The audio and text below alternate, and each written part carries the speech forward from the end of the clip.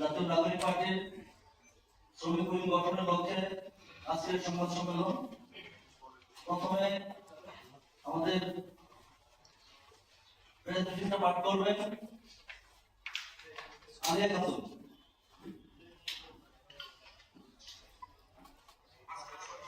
সম্মানিত সাংবাদিকবৃন্দ, জাতীয় নাগরিক পার্টি নেতৃবৃন্দ, শ্রমিক ভাই বোনেরা এবং উপস্থিত সবাইকে সালাম ও শুভেচ্ছা। আজ আমরা শ্রদ্ধার সঙ্গে স্মরণ করছি জুলাই অভ্যুত্থানে সেই শোষিত ও আহত শ্রমিক ভাই বোনদের, যারা ফেসিবাদ ও সমাজের চরম বৈষম্যের বিরুদ্ধে সংগ্রামী জীবন উৎসর্গ করেছেন। জুলাই গণঅভ্যুত্থানে শ্রমিক অংশগ্রহণ ও আত্মত্যাগ অনস্বীকার্য। তাদের আত্মত্যাগ আমাদের প্রেরণা। যে আশা আকাঙ্ক্ষা থেকে শ্রমজীবী জনগণ সংগ্রামে অংশগ্রহণ করেছে, সেই আকাঙ্ক্ষাকে বাস্তবে রূপ দিতে আমরা শ্রমজীবী জনগণ একটি নতুন শ্রমিক সংগঠনের প্রয়োজন অনুভব করছি। ঔপনিবেশিক কাল থেকে আমাদের শ্রমিক সমাজ তাদের মৌলিক অধিকার নিয়ে লড়াই করে যাচ্ছে। বাংলাদেশের স্বাধীনতার 54 বছর পরেও শ্রমিকদের মৌলিক অধিকার এখনো নিশ্চিত হয়নি। তারা এখনো ন্যায্য মজুরি, নিরাপদ কর্মপরিবেশ ও সামাজিক সুরক্ষার জন্য লড়াই করে যাচ্ছে। আমাদের সংগঠনের মূল লক্ষ্য হবে শ্রমিকদের অধিকার রক্ষা, সঠিক নীতিমালার মাধ্যমে তাদের কল্যাণ নিশ্চিত করা এবং রাজনীতিতে সক্রিয়করণের মাধ্যমে জাতীয়ভাবে শ্রমিকদের কণ্ঠস্বরকে শক্তিশালী করা। দেশের উন্নয়নের মূল চালিকা শক্তি আমাদের শ্রমজীবী মানুষ, অথচ তাদের জন্য এখনো ন্যায্য নীতিমালা তৈরি হয়নি। আমরা এই নীতিমালা পরিবর্তনের জন্য কাজ করব। আমরা শ্রমিকদের প্রশিক্ষণ, আইনি সহায়তা, সংগঠিত আন্দোলন, নীতি নির্ধারণী পর্যায়ে শ্রমিকদের স্বার্থ সংরক্ষণের জন্য প্রতিশ্রুতিবদ্ধ হয়ে কাজ করব। জাতীয় নাগরিক পার্টি সবসময় শ্রমজীবী মানুষের অধিকার ও কল্যাণের পক্ষে কাজ করতে বদ্ধপরিকর। আমাদের সংগঠন পার্টির সহযোগিতায় শ্রমিকদের ন্যায্য দাবি আদায়ে অগ্রণী ভূমিকা পালন করবে। শ্রমিক সুসংগঠিত করতে আমরা আজ একটি কোঅর্ডিনেশন কমিটি ঘোষণা করছি, যা সারা দেশে সংগঠনকে শক্তিশালী করবে এবং শ্রমিকদের স্বার্থে কাজ করবে। আমাদের এই লড়াই কেবল শুরু। শ্রমিকদের অধিকার আদায় ও কল্যাণ নিশ্চিত করতে আমরা অগ্রসর হব। জাতীয় নাগরিক পার্টির নীতির সাথে সমন্বয় করে আমরা একটি সুসংগঠিত শ্রমিক সংগঠন গড়ে তুলব। আপনারা আমাদের পাশে থাকবেন, সমর্থন করবেন এবং শ্রমিকদের কণ্ঠস্বর তুলে ধরবেন, এই প্রত্যাশা ব্যক্ত করছি। সবাইকে আবার সালাম এবং শুভেচ্ছা। সবাইকে ধন্যবাদ।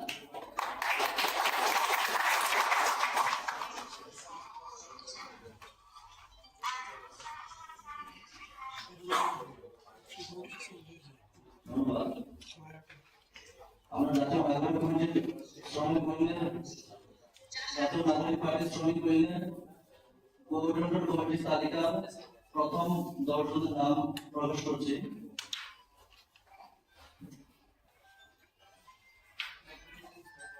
যুগ্ম সমন্বয়কারী হিসেবে থাকবেন আব্দুল বাহারে, যুগ্ম সমন্বয়কারী সোহরাব হোসেন, যুগ্ম সমন্বয়কারী সজীব ওয়াফি, যুগ্ম সমন্বয়কারী আলিয়া খাতুন, যুগ্ম সমন্বয়কারী তহমিদুল ইসলাম, যুগ্ম সমন্বয়কারী আবু আব্দুল্লাহ, যুগ্ম সমন্বয়কারী আল আমিন, যুগ্ম সমন্বয়কারী মোহাম্মদ শাহ আলম এবং 1 নম্বর যুগ্ম সমন্বয়কারী মোশাররফ হোসেন এবং প্রধান সমন্বয়কারী মাজমুল হোসেন ফকির।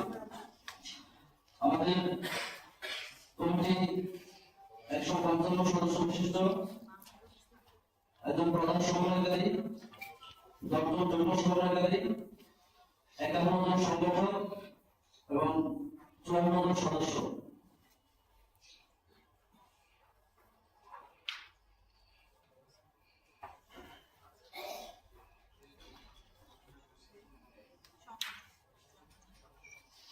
এবং সাংবাদিক ভাইদের যদি কোনো প্রশ্ন থাকে আপনারা প্রশ্ন করতে হবে। আচ্ছা, প্রশ্ন আছে আমাদের।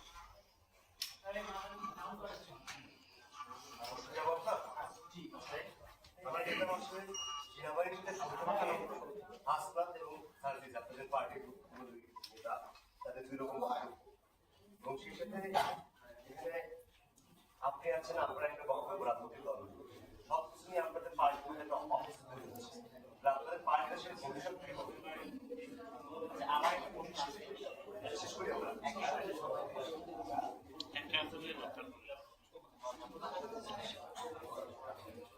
প্রিয় সাংবাদিকবৃন্দ, আমি কোশ্চেনে যাব। আমাদের কোশ্চেনে প্রশ্ন করে যাব। প্রথমেই আমাদের যে শ্রমিক মন্ত্রণালয়ে আমরা কাজ শুরু করেছি সেটা নিয়ে আমি কিছু বিষয় ক্লিয়ার করি। বাংলাদেশের যে বিদ্যমান আইনগুলো রয়েছে সেই বিদ্যমান আইনগুলোতে ইলেকশন কমিশনের যে আরপিও নিয়ম রয়েছে সেই নিয়ম অনুযায়ী কিছু বিষয় প্রতিবন্ধকতা রয়েছে। সেই বিষয়গুলো আমাদের কনসিডারেশনে আছে কিভাবে আমরা করব। তবে এই গণ অভ্যুত্থান হয়েছিল, এই গণ অভ্যুত্থানে বড় একটি লড়াইয়ের জায়গায় ছিল শ্রমিকরা। ইন্ডাস্ট্রিয়াল জোন থেকে বিভিন্ন জায়গা থেকে স্টুডেন্ট শ্রমিক জনতা ঐক্যবদ্ধ হয়ে আন্দোলন করেছে।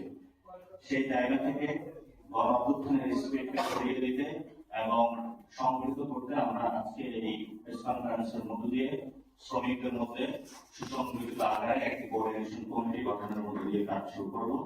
যে কোঅর্ডিনেশন কমিটি আগামীতে আপনাদের সামনে পুরো বাংলাদেশ থেকে শ্রমিকাঞ্চল বিভিন্ন জায়গা থেকে একত্রিত করে একটি সুন্দর তাদের মর্জি মাফিক ইচ্ছা মতো স্বাধীন একটি সংগঠন হিসাবে আত্মপ্রকাশ করবে।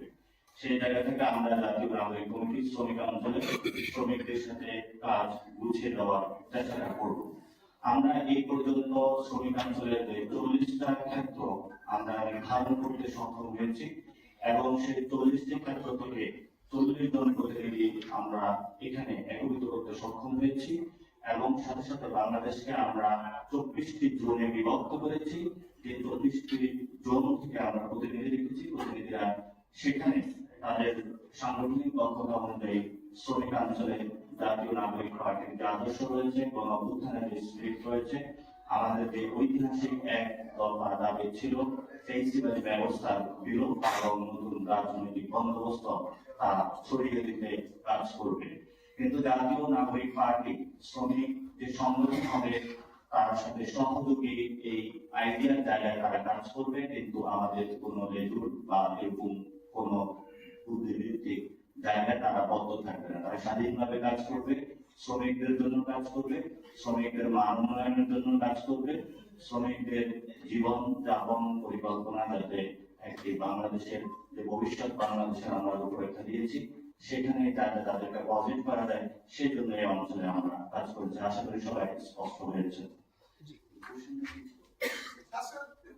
আমি কালের কাছে কাজ করি, আমার সহকর্মী একটা প্রশ্ন করেছে, সেই প্রশ্নেরই সাথে আমি একটু যুক্ত করে আপনাকে বলতে চাই যে আপনি গতদিনে একটি ইফতার আর মাহফিলের সেখানে সাংবাদিকদের হিসাবে বলেছেন যে হাসনাত রাসূলুল্লাহ যে বক্তব্যটি দিয়েছে সেটি শিষ্টাচার বহির্ভূত, আপনি এটি বলেছেন। এবং আজ আমরা দুপুরে দেখলাম সার্ভিস আলম তার দীর্ঘ স্ট্যাটাসে একইভাবে কথা বলেছেন। হাসনাত রাসূলের কোনো কথাকে তিনি অস্বীকার করেন, তবে তিনি দৃষ্টিভঙ্গিটা পরিবর্তন করে ফেলেছেন।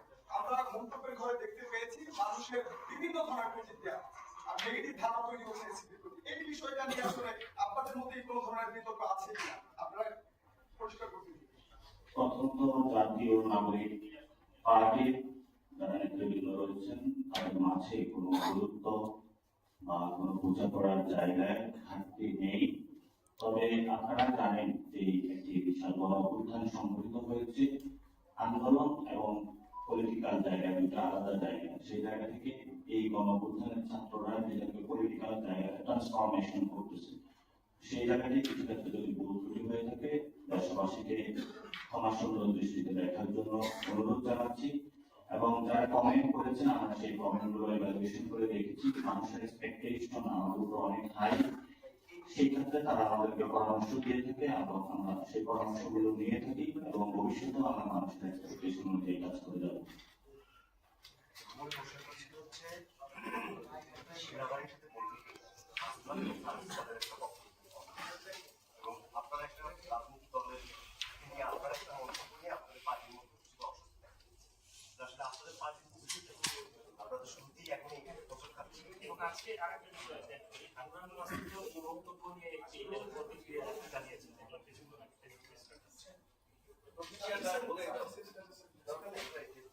আমরা এখানে লক্ষ্য করেছি যে আমাদের দলের দক্ষিণাঞ্চলের যে মুখ্য সংগঠক হাসান আব্দুল্লাহ স্ট্যাটাস দিয়েছিলেন, সেই স্ট্যাটাসকে কেন্দ্র করে পূর্ব বাংলাদেশের রাজনৈতিক অঙ্গন সেনা আন্দোলন একটি নতুন আলোচনার জন্ম দিয়েছে।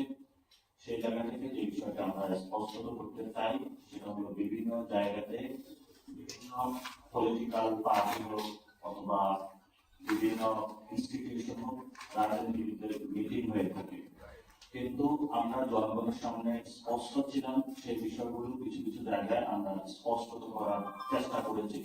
কিন্তু যখন পার্টি গঠন হয়েছে সেই জায়গায় আমি বলেছি যে সব মিটিং অথবা জনগণের সামনে যখন বলবে সেখানে তার অপর পক্ষ রয়েছে, তারও একটি কনসেন্টের বিষয় থাকে, সেই জায়গা থেকে আমি শিষ্টাচার বহির্ভূত বলেছি। এবং আমাদের দলের যে ইমেজ সংকট বা যে প্রসঙ্গকে আপনি অবতারণা করেছিলেন, আমি সেই ক্ষেত্রে ঐক্যমত পোষণ করি না।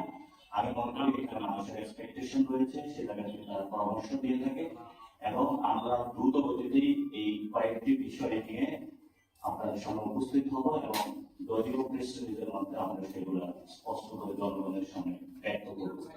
আজকে বেসিক্যালি আমাদের প্রেস কনফারেন্সটা আমাদের শ্রমিক উইং প্রকাশিত হতে যাচ্ছে এবং আমাদের লক্ষ্যমাত্রা রয়েছে আগামী 2-3 মাস পরে আমরা 1 লক্ষ শ্রমিককে একত্রিত করে একটি বড় শ্রমিক সংগঠন ওনারা প্রকাশ করবেন। কিন্তু তার মধ্যে সমন্বয় টিমে রয়েছে, আমাদের বেসিক্যালি যে উইং গুলো রয়েছে আমার দায়িত্ব রয়েছে, সেই জায়গা থেকে আজকে আমরা কাজ শুরু করেছি। আশা করি এই দিবসটি বাংলাদেশের হিস্টোরিক একটি পজিশন হবে, কারণ শ্রমিকদের জন্য বাংলাদেশের ক্ষুদ্রতম জায়গায় কাজ হয়েছে। গণঅভ্যুত্থানে যত শ্রমিকরা অংশগ্রহণ করেছে, অনেকে আহত হয়েছে, শহীদ হয়েছে, তাদের আকাঙ্ক্ষাগুলো বাস্তবায়ন করার জন্য জাতীয় নাগরিক পার্টি শ্রমিকদের জন্য কাজে কাজ মিলিয়ে কাজ করে যাবে। আপনাদের অবগত দিয়েছিল এবং তাদের মিটিংটা কি আপনাদের দলীয় আপনাদের দলের পক্ষ থেকে তারা গিয়েছিল কি? কারণ সেখানে বলা হয়েছে যে আরো একজন যাওয়ার কথা ছিল আপনাদের পার্টির একজন শীর্ষ নেতা, কিন্তু তিনি যায়নি। সেই ক্ষেত্রে ক্যান্টনমেন্টে যে বৈঠকটা হয়েছিল সেটা কি এনসিপির সাথে ক্যান্টনমেন্টের বৈঠক ছিল না হাসনাত ও সার্জিসের একান্ত ব্যক্তিগত বৈঠক ছিল? এবং ব্যক্তিগত হলে আপনারা আগে থেকে অবগত ছিলেন কিনা? 11 মার্চের আগে জানতেন কিনা? 11 মার্চের পরে প্রকাশিত হওয়ার তারা যে মিটিংটা করেছে সেটা আমাদেরকে মিটিং এর পর অবগত করেছে এবং সে বিষয়ে আমাদের মধ্যে আমরা এখনো আলোচনার সুযোগ পাইনি যে কি কথা হয়েছে, সেটা আমরা ফেসবুক স্ট্যাটাসের মধ্যে দেখেছি এবং এটা নিয়ে আমাদের একটি মিটিং হওয়ার কথা ছিল। সে বিষয়ে আমি বলেছি আমাদের আজকে একটি মিটিং আছে, আমরা সেটা একসাথে সবাই বসে এই বিষয়ে সবার মধ্যে যতগুলো কনফিউশন রয়েছে সেগুলো স্পষ্ট করবো।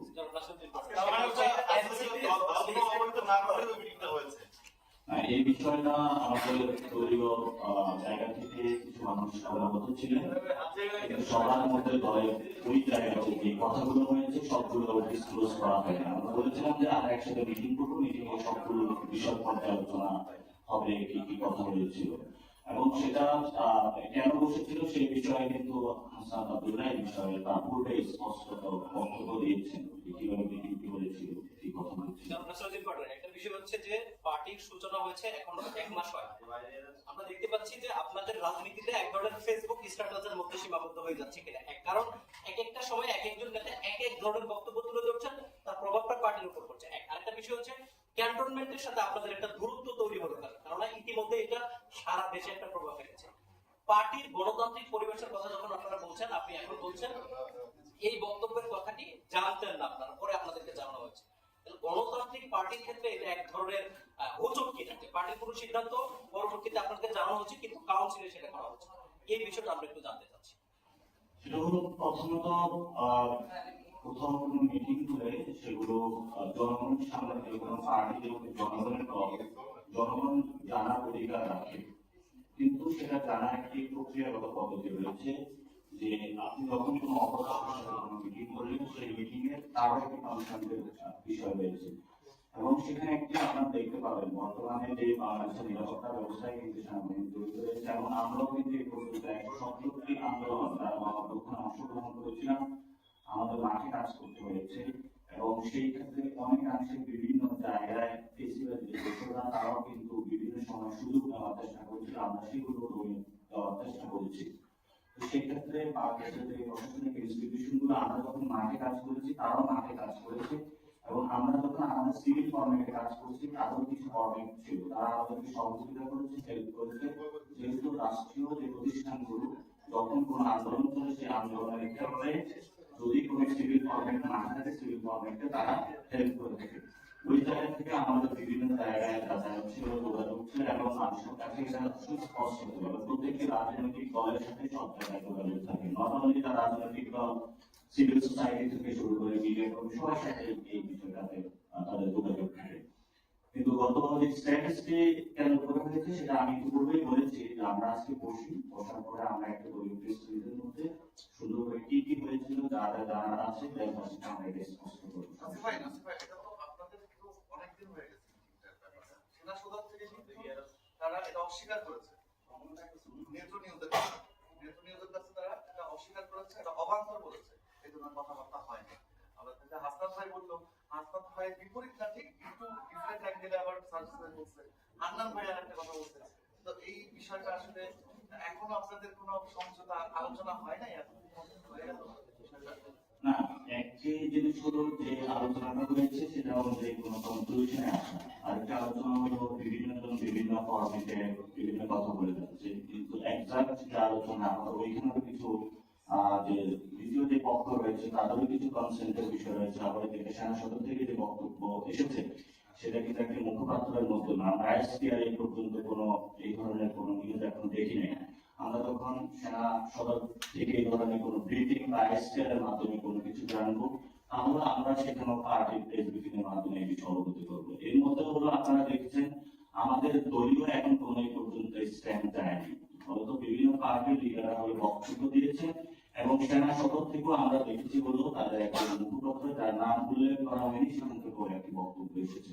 এই জন্য আমরা দেশবাসীকে অনুরোধ করবো, সাংবাদিকদের অনুরোধ করবো, আইএসপিআর কে বক্তব্য দিচ্ছে এবং আমাদের দলীয় ফোরাম থেকে প্যারেডে যে প্রেস রিলিজ দিচ্ছে সেটার জন্য অপেক্ষা করার জন্য আমরা দুটো জায়গায় থেকে বক্তব্য আসার জন্য আমরা অপেক্ষা করতে হবে। আমার একটা প্রশ্ন আছে, একটু বলে দিই। আমরা এর আগে দেখেছি যে বিগত আওয়ামী লীগ সরকার আমলেও যাদের পতন হলো 5ই আগস্ট তারাও এ ধরনের বিভিন্ন সময় বিভিন্ন বক্তব্য দিত, যেটা হলো বিচ্ছিন্ন ভাবে বিভিন্ন বক্তব্য দিত, যে বক্তব্যগুলো থেকে তারা সমালোচিত হতো। সেই একই ধারা রাজনীতি এখনো চলছে কিনা? যখন আপনি একটি হাসনাত আব্দুল্লাহ বক্তব্যের পর আপনি একটি ফেসবুকে পোস্ট দিলেন তখন আপনাকেও বিভিন্ন সমালোচনা করলো, সাজিস আলম সে আবার বিপরীত একটা অবস্থান নিল। এভাবে যে আপনাদের ভিন্ন ধর্মী যে অবস্থানগুলো এবং আপনারা এখন পর্যন্ত বলছেন যে এখন আপনারা সেই বিষয়টি নিয়ে মিটিংও করেননি, তো এই একই ধারা রাজনীতিতে আমরা এখন আসি কিনা বা এটা পরিবর্তন হওয়া উচিত কিনা?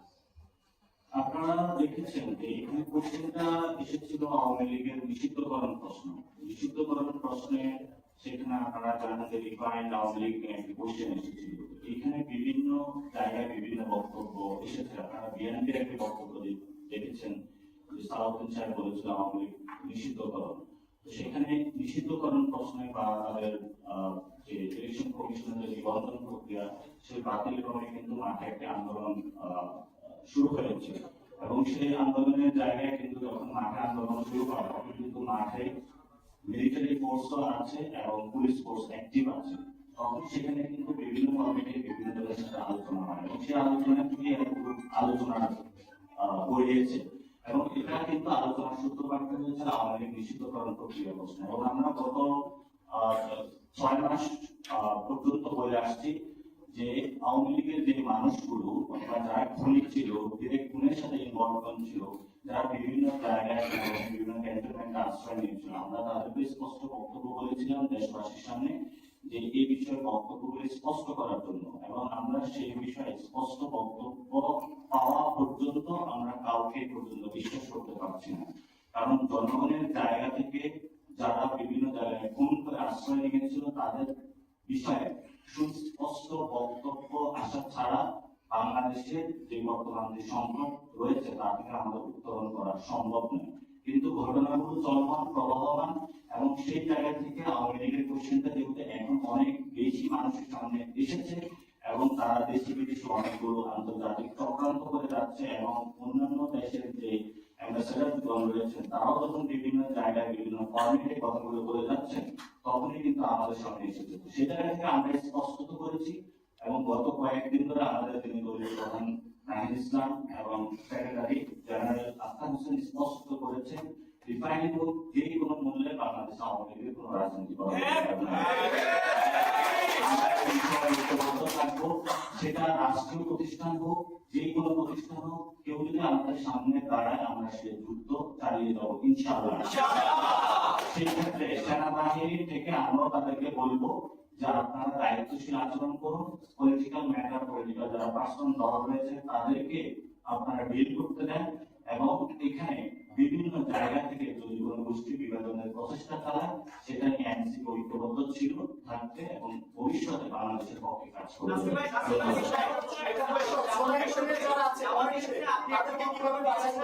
সেটা নিয়ে আপনি একটা ফেসবুকে একটা স্ট্যাটাস দিয়েছেন, যে স্ট্যাটাসটা দেওয়ার পরে আপনি সেটা ডিলিট করেছেন। জিয়াউর রহমান এবং জামালকে নিয়ে আপনি ভিডিও করেছেন, যেটা নিয়ে আপনি খুব সমালোচনা করেছেন। এই বিষয়ে শ্রমিক, আমাদের যে শ্রমিক অঞ্চলগুলো রয়েছে যারা মোটর শ্রমিক রয়েছে, আমরা বিভিন্ন সেক্টরের উপর কথা বলেছি এবং যারা আন্দোলনে ছিল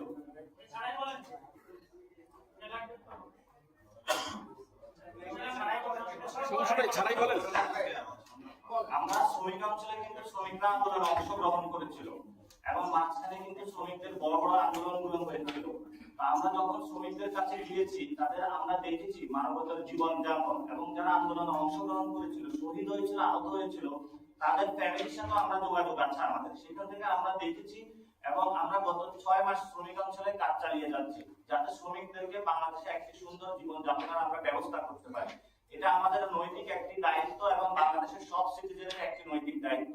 সেই জায়গা থেকে আমরা মোটর শ্রমিক থেকে শুরু করে পার্লার শ্রমিক, পোশাক শ্রমিক, পরিবহন শ্রমিক, লেখক শ্রমিক, হাট শ্রমিক, বিভিন্ন নৌযান শ্রমিক, রিক্সা শ্রমিক, প্রাইভেট কার শ্রমিক, বিবিধ বন্দর শ্রমিক, সব জায়গাতে আমরা তাদের সাথে কানেক্ট করার চেষ্টা করেছি। যখন আমরা একটা জায়গায় উপনীত হয়েছি যে এখন আমরা একটি সাংগঠনিক স্ট্রাকচারের মধ্য দিয়ে শ্রমিক অঞ্চলকে সংগঠিত করতে পারবো, সেই জায়গায় আমরা উপনীত হয়ে আজকে জাতীয় নাগরিক পার্টি গঠন হওয়ার পর আজকে আমরা এই প্রেস কনফারেন্সে দেশবাসীর সামনে উপস্থিত হয়েছি এবং আমরা একটি কোঅর্ডিনেশন কমিটি বা সমন্বয়কারী কমিটি গঠন করেছি, যাদেরকে আমরা দায়িত্ব দিয়েছি দেশের আনাচে কানাচে শ্রমিক অঞ্চলের ঘরে ঘরে ছড়িয়ে পড়ার জন্য এবং তাদের জীবন যাপন গুলো উন্নয়ন করার জন্য একটি সুন্দর কমিটি গঠনের মাধ্যমে নতুন একটি বাংলাদেশ উপহার দেওয়ার জন্য। কিন্তু তারা কিভাবে সুযোগ পেলে, বাছাইটা কিভাবে করবে, কে এসে এখানে দায়িত্বে আসতেছে বা যাদের নাম বাছাইটা হলো আমাদের একজন যুগ্ম সমাজ